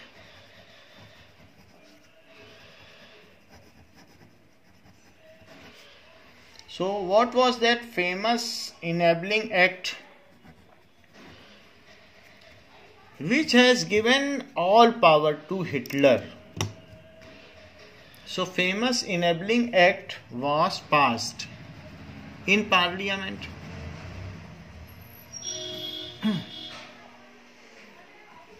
In parliament. Weimar Republic की जो पार्लियामेंट थी वहां ये पास हुआ। The act established Hitler's dictatorship in Germany. अब वहां पर नेशनलिज्म चला गया, डेमोक्रेटिक जो फैब्रिकेशन था, कॉन्सेप्ट था, वो चला गया और डिक्टेटरशिप आ गई, यानी तानाशाही। किसी एक अपनी मर्जी से जो चाहे सो कर सकता है। So this act established dictatorship.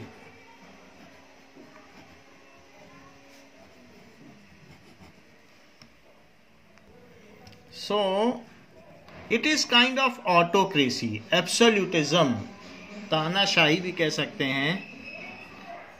So when one person whatever is his whim and fancy, जो उसका सोचना है वही वो लागू कर देता है, it is autocracy.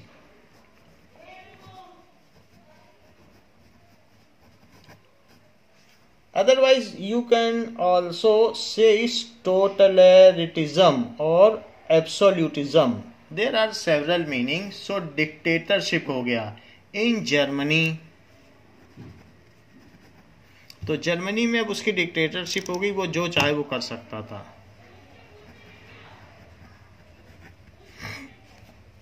Now, so all political parties and trade unions were banned except Nazi party. बाकी जो 39 पार्टी थी उसको बैन भी कर दिया।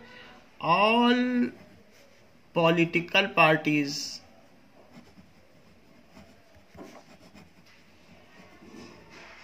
that is जो भी 39 political parties थी except Nazi party were banned, उन पर प्रतिबंध लगा दिया। Now those parties which are affiliated to Nazi party were only allowed to continue their movement. जो नाजी पार्टी को सपोर्ट करती थी उन्हें ही कंटिन्यू किया गया। The state established complete control over economy, media, army and judiciary. So he has complete control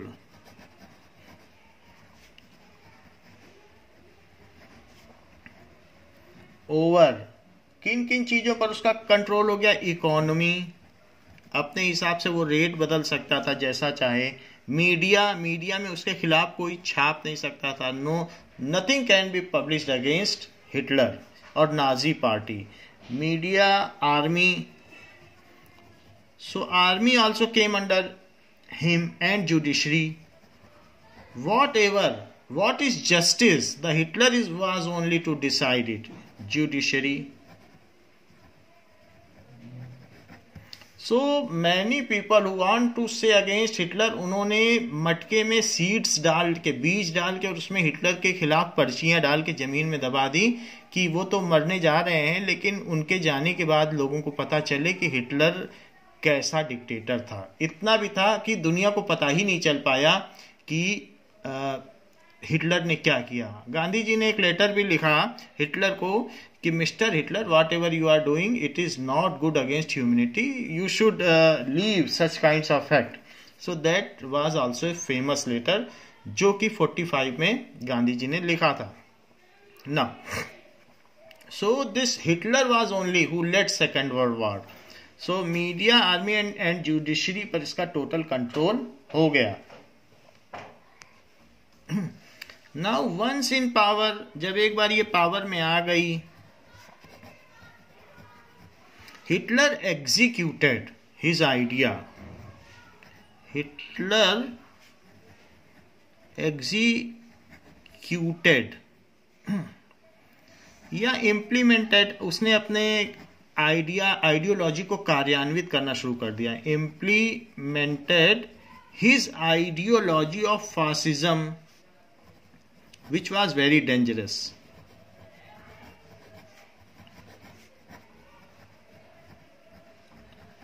Now he had a dream of creating exclusive racial community of pure Germans. He had a dream of creating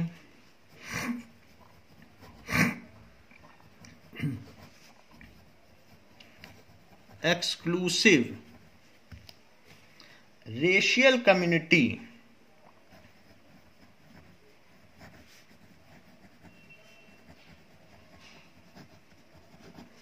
of pure blue-eyed Germans. उनकी नीली आंखें थी, pure blue-eyed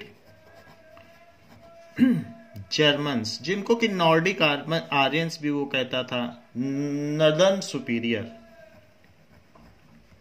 सो उसने ऐसी community बनाना शुरू कर दिया, उसका ये ड्रीम था। तो उसके लिए उसने क्या किया, now he started eliminating all other races, उनको मारने लगा।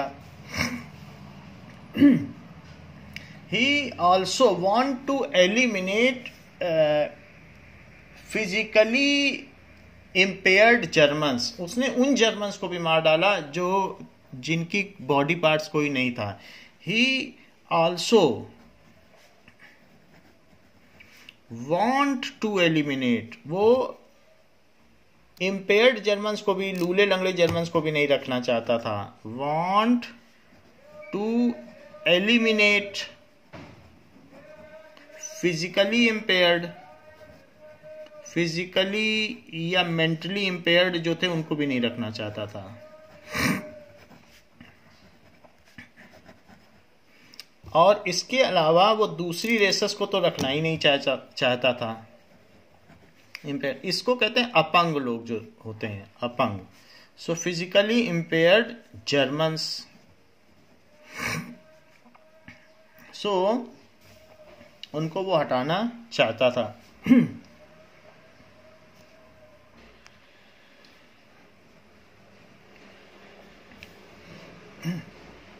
And along with other races, सिर्फ इन्हीं को नहीं, along with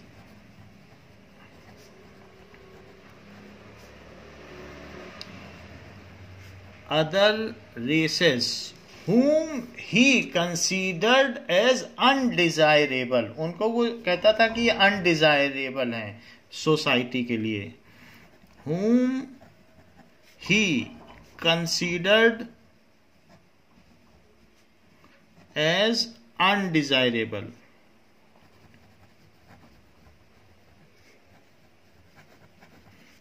elements of society।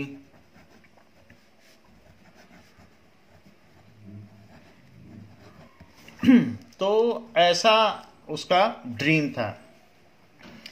Nazis wanted only a society of pure and healthy Nordic Aryans. Nazis wanted only a society of pure and healthy Nordic Aryans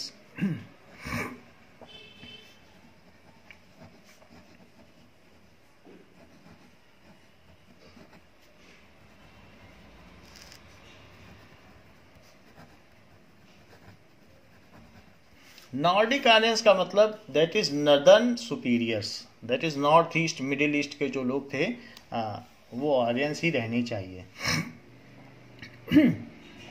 they alone considered as desirable, उनको desirable माना गया और किसी को भी desirable नहीं माना गया। दे अलोन वर कंसीडर्ड,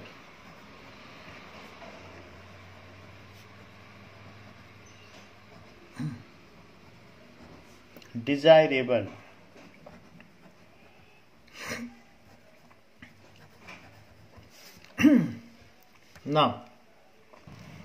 नाउ ज्यूज वो होते हैं यहूदी जिन्होंने जीसस क्राइस्ट को मारा था। सो यहूदी that is responsible for killing Jesus Christ.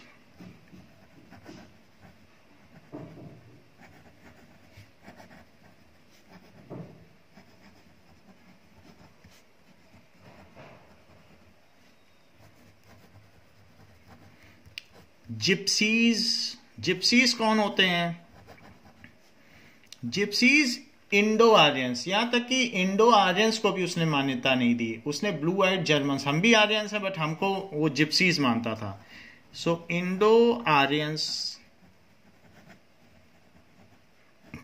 And एक हम आर्यंस थे जो यहाँ आकर बड़े बड़े एपिक है, रामायण महाभारत वेदास उपनिषद, इन सब का हम लोगों ने यहाँ पर जो आर्यंस यहाँ है उन्होंने बहुत बड़े बड़े अच्छे स्पिरिचुअल हाइट्स अटेन की। लेकिन एक जर्मनी में आर्यंस गए तो वहाँ पर वो हिटलर के चक्कर में पड़ गए। सो जिप्सीज एंड ब्लैक्स जो अफ्रीकन्स थे वर कंसीडर्ड, जो नाजी जर्मनी में रहते थे अब उनको नाजी जर्मनी बोला जाने लगा। जर्मनी का नाम बदल के अब नाजी जर्मनी हो गया। Were living in Nazi Germany were classified as undesirable. Living in Nazi Germany were classified as undesirable। तो उनको वो मार देना चाहता था। सो these races were inferiors who threatened the biological purity of superior Aryans, and उसको ये डर था कि अगर वो हमारे साथ रहेंगे तो फिर वो शादी करेंगे, मैरिज करेंगे और उनसे जो बच्चे पैदा होंगे वो प्योर जर्मन्स नहीं होंगे। तो they were consider as racial inferiors. They were considered as inferiors in terms of gene, कि उनकी जीन अच्छी नहीं है। तो उसने जीनोसाइड करा दिया। ऐसे जीन के जितने लोग थे उनको एक साथ हजारों लाखों मरवा दिए। उसको कहते हैं जीनोसाइड। साइड का मतलब किलिंग। तो फासिस्ट लोग जीनोसाइड करा देते हैं। तो आप समझ सकते हैं इन terms of gene who threatened, अगर वो साथ में रहेंगे तो मैरिज करेंगे और जो जर्मन्स की प्योरिटी है फिर वो जीन से जीन मिक्सअप होंगे तो वहां के जो प्योर जर्मन्स हैं फिर वो प्योर नहीं रह जाएंगे। हु थ्रेटेंड द प्योरिटी, जिससे वो सोचता था कि खतरा है जर्मन्स को, purity of superior Aryan race.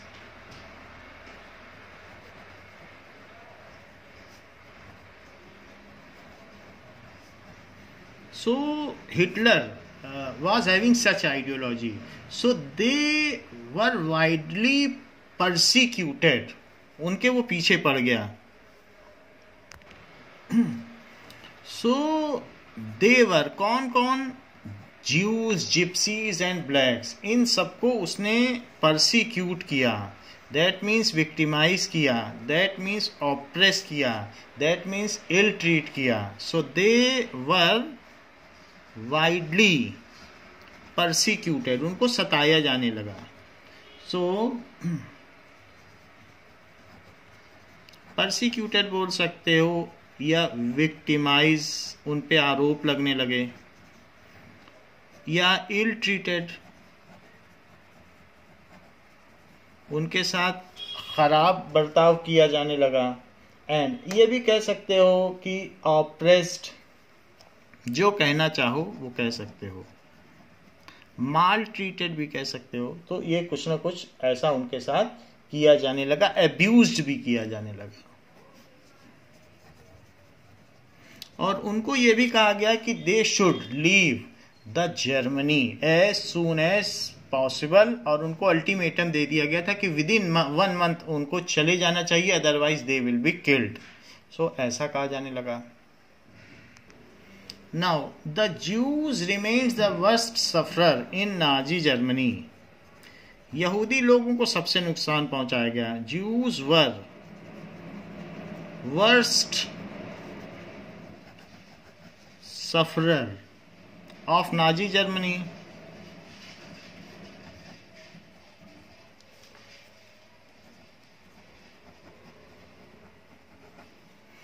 They were widely pauperized. उनको मिजरेबल बना दिया गया।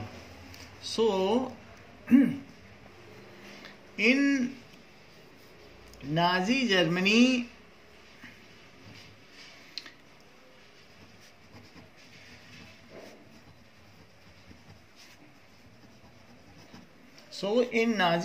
from 1932 to 38, they were pauperized and segregated the Jews. From 1933 to 38, year याद करने की जरूरत नहीं है। Jews were pauperized, मिजरेबल बना दिया गया उनको। So it is made miserable, उनकी दशा दयनीय कर दी गई।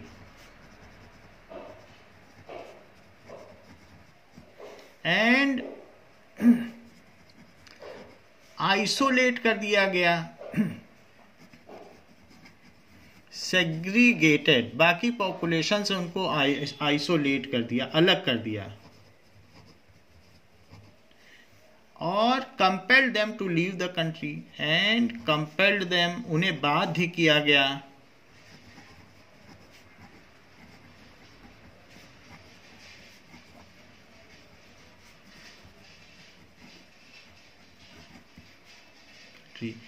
in next phase. So they were concentrated to a certain area and they were killed in gas chambers. So from 38 के बाद 39 से क्या किया, पहले उनको अलग किया और फिर उन्हें मार दिया. So from 1939 to 1945 they were concentrated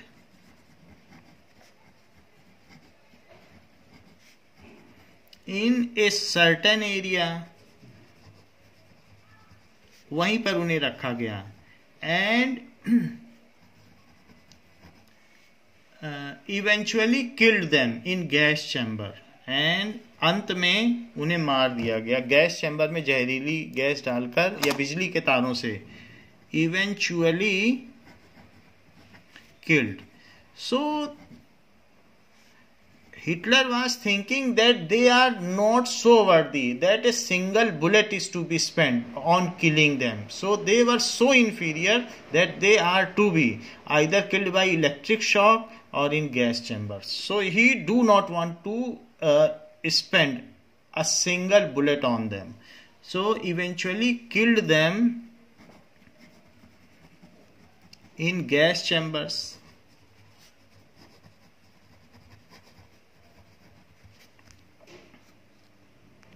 Now it is Hitler 1932 who is coming out of a conference hall after official meeting. So this is the now here we are seeing that how radical group after 1919, that were Nazis, are getting empowered, धीरे धीरे उनको empowerment मिलने लगा. So Nazi, ये Weimar Republic के जो treaty में गलत फैसले थे उसने एक्सेप्ट कर लिया था, उसके अगेंस्ट ये रेडिकल ग्रुप नाजीज आगे बढ़ने लगे. Now this is the picture showing economic crisis, that how wages are given to the workers in boxes. The money is so devaluated that in boxes the monthly wages are to be paid to workers. Even in rickshaws, bundles of money, in trolleys bundles of money are taken. This was so worst that for a cup of tea a huge amount of bags of money are used to take a cup of tea. During Great Depression, there were a several number of people who became homeless, and they were wanting a night shelter, and some of the people even slept on railway tracks during night. See how Hitler is being supported in a Congress party in Nuremberg. So all parties started supporting Hitler and his fascism. This is a picture showing how Hitler started increasing military power so that the lost fame of Germany can be placated, it again can be regained. So this was a huge military power with a sign of swastik flag, which was a symbol of Nazi party. ये Germany का symbol नहीं है, ये Nazi party का symbol है, उसका अपना party का फ्लैग है, स्वास्तिक का. And this is a huge military power with a pomp and show. वो बड़े जोर शोर से सब दिखाता था कि हमारी जर्मनी की मिलिट्री पावर बढ़ रही है, though it was a violation of treaty of Versailles. How he popularized this propaganda that showing that Volkswagen car is no longer a dream for common workers among people, that if you support Nazi then we will provide you a Volkswagen car. Here is a picture showing that police escorting undesirable people, that is gypsies, to a concentration camp. So gypsies were escorted to a separate place. They were segregated from Nordic Aryans. So Jews, gypsies and blacks were escorted into a wagon train which is closed and sealed all around. So such wagons are used to take them in Poland, a concentration camp. Here it is shown that something is written that seat is not for Jews, gypsies and blacks. It is for Nordic Aryans. So such display is common on seats.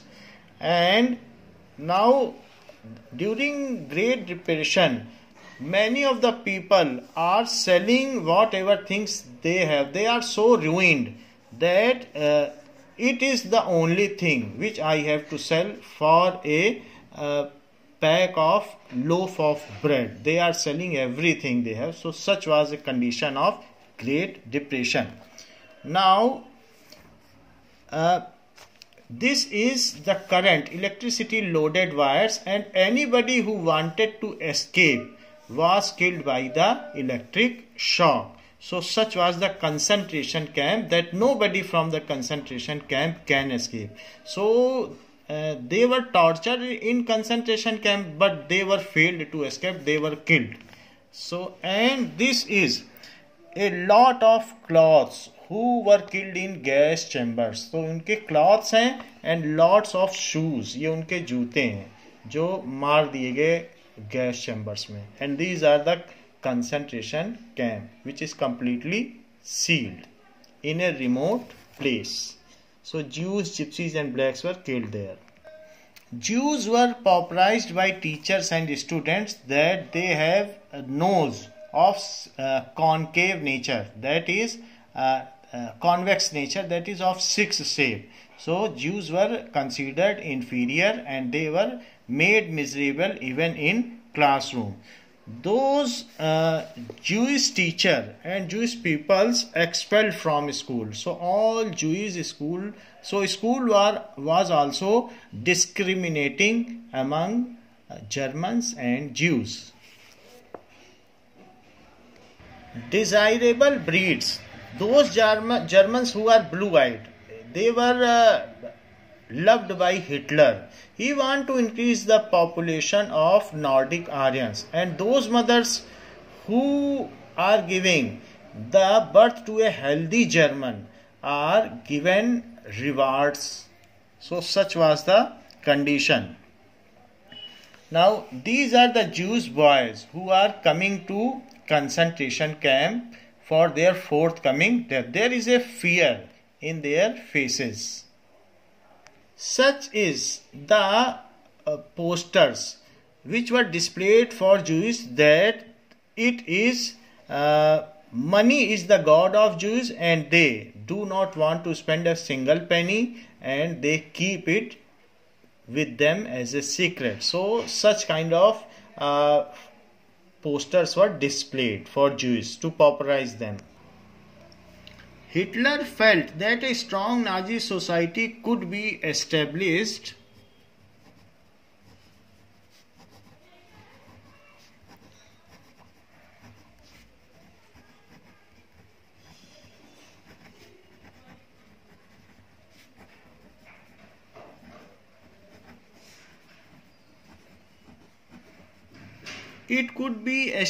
by teaching children Nazi ideology.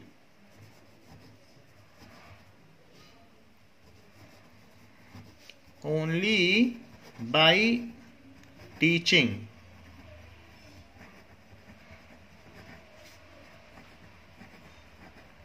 children Nazi ideology.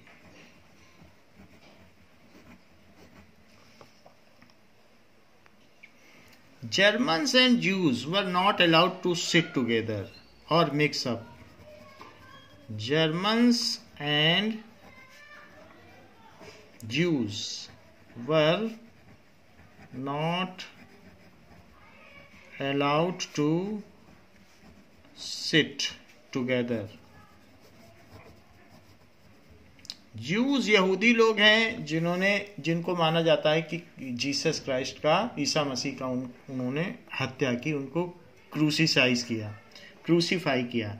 सो क्या the physically handicapped gypsies, Germans and blacks were thrown out of schools. Jews, Germans, even teacher भी अगर ऐसे थे तो उनको भी school से हटा दिया गया. Jewish टीचर को भी हटा दिया गया. So Jews, gypsies and blacks were thrown out of school.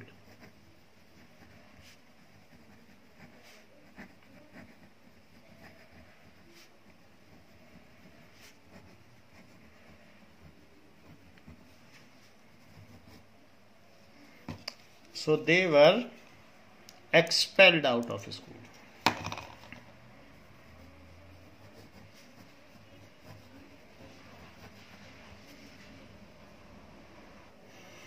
Albert Einstein, which was a great scholar, scientist and versatile, was Jews living in Nazi Germany, and England helped Albert Einstein to escape from Nazi Germany and help him to survive. Otherwise, he could have been killed by Hitler. Now, what was the Nazi schedule? वो लोगों को कैसे train करता था? So 10 years old had to enter, that is Jungvolk. तो वहाँ की सेना में उसे शामिल होना पड़ता था. 10 years, 10 साल के होते ही बच्चों को. So 10 years old had to enter Jungvolk, which is Nazi youth organization, which was Nazi youth organization. सो पहले बच्चे उसमें सीखते थे नाजी कॉन्सेप्ट को for children below 14 years of age. तो up to 14 years, up to 14 years they study there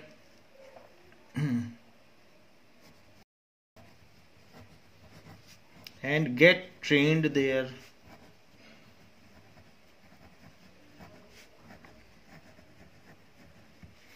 At 14 years, all boys had to join Nazi youth organization that they learned to worship war. So at 14 years, ये दोनों ही Nazi youth organisation है, एक juniors है और एक seniors है। तो 14 years में अब पहले तो वो एथिक्स सीखते थे कि जर्मन एथिक्स क्या है, फिर उसके बाद अब वार की ट्रेनिंग लेंगे। At 14 years of age, all boys, लड़कियों को नहीं, ऑल बॉयज। सो सब बच्चे, तो चाहे वो बॉयज हों या गर्ल्स, सब इसमें तो सब रहेंगे, लेकिन 14 के बाद अब बॉयज चले जाएंगे। Then boys were joining Nazi youth organization Hitler youth. Join, अब वो हिटलर यूथ कहा जाता था जो 14 के बाद, नाजी यूथ ऑर्गेनाइजेशन। सो वो हिटलर की एक फर्म थी, हिटलर यूथ। उसका क्या काम था? So where they learn to worship war.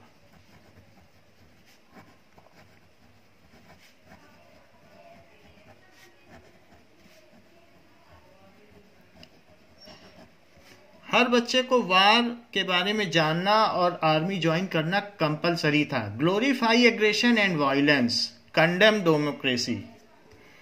So glorify aggression, आक्रमण को वो ग्लोरीफाई करवाता था, ऐसा सिखाता था। Aggression and violence to placate the defame of Germany. जो जर्मनी की खोई हुई संप्रभुता थी उसको वापस कराने के लिए वो ऐसा करवाता था। सो वायलेंस, कंडेम डेमोक्रेसी, लोकतंत्र की निंदा करवाता था। कंडेम डेमोक्रेसी कि dictatorship is better than democracy, because this was a burning concept. Democracy उस समय प्रचलन में थी, जगह जगह यूरोपियन कंट्रीज में प्रदर्शन हो रहे थे, तो ये चीज वो करवाता था, condemn democracy. And hate Jews, ये भी करवाता था।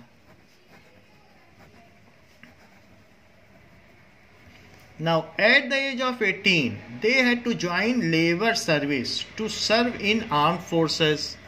At the age of 18, 14 से 18 तक ये सब वो सीखते थे वार के बारे में कि वार अच्छा होता है। At the age of 18, they joined in armed forces and entered one of Nazi organization. They join armed forces.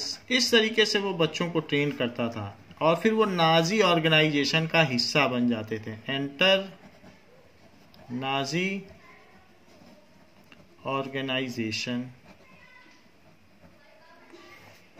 So Nazi thinking about motherhood was unique. उसकी जो कॉन्सेप्ट ऑफ फासिज्म था वो बिल्कुल अलग था। क्या कॉन्सेप्ट था? So Nazi thinking of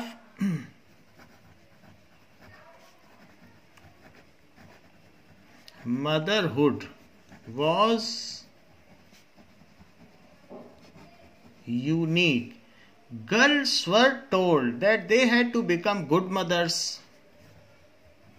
Girls were told that they have to become good mothers, और उन्हें अच्छे बच्चों को जन्म देना है। And rear pure blooded Aryan children, और उन्हें बच्चों को पालना है। रियर का मतलब पालना, नरिश, पालना पोसना, nourish and care. Pure blooded Aryan childrens, उनको मिक्स नहीं होना है किसी दूसरे के साथ।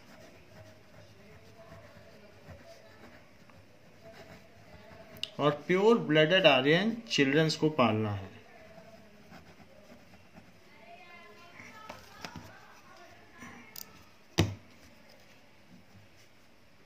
Now, they had to maintain the purity of race, distance from Jews, and they have to look after home and teach their children Nazi value. They have to look after home and teach children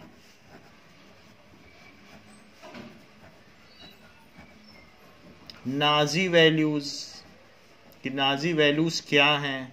and make a distance from Zeus, juice से ज्यादा मिलना जुलना नहीं है।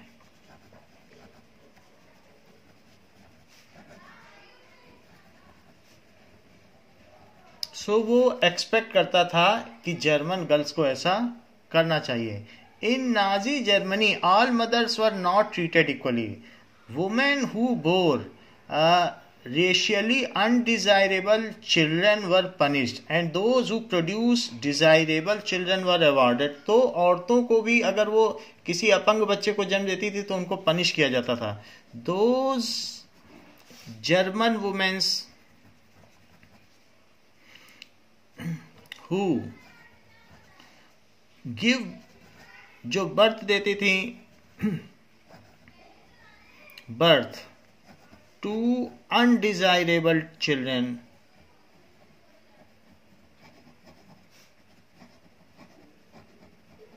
were punished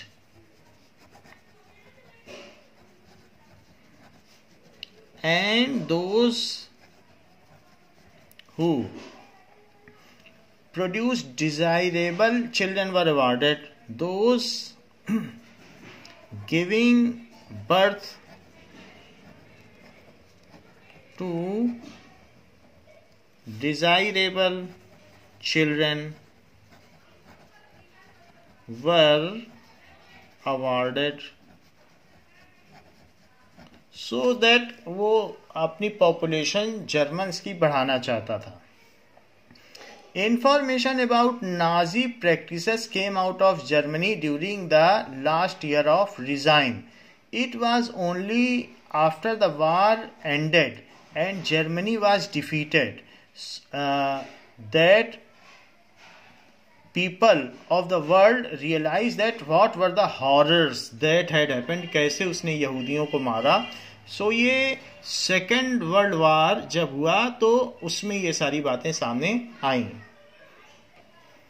now that information about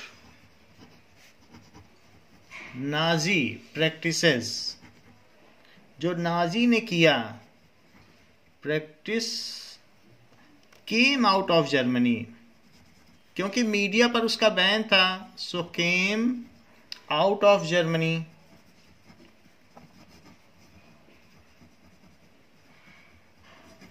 only at the end of Second World War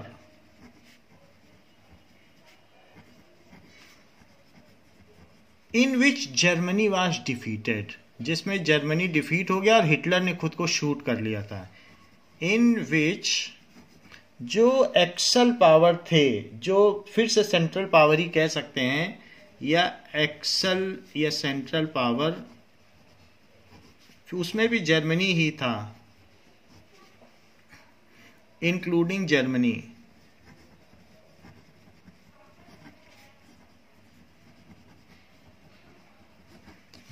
So in which Germany was defeated? Germany was defeated and Hitler committed suicide along with his wife.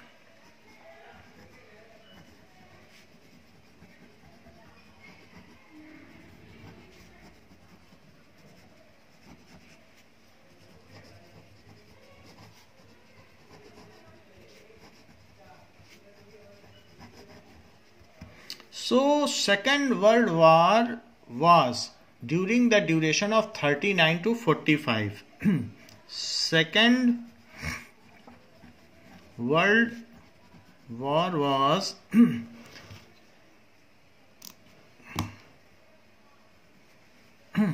so continued from 1939 to 1945. It's main reason, उसके क्या क्या कारण थे second world war के? So it's main reason was the rise of fascism. जो Hitler ने फासिस्टवाद किया वही था.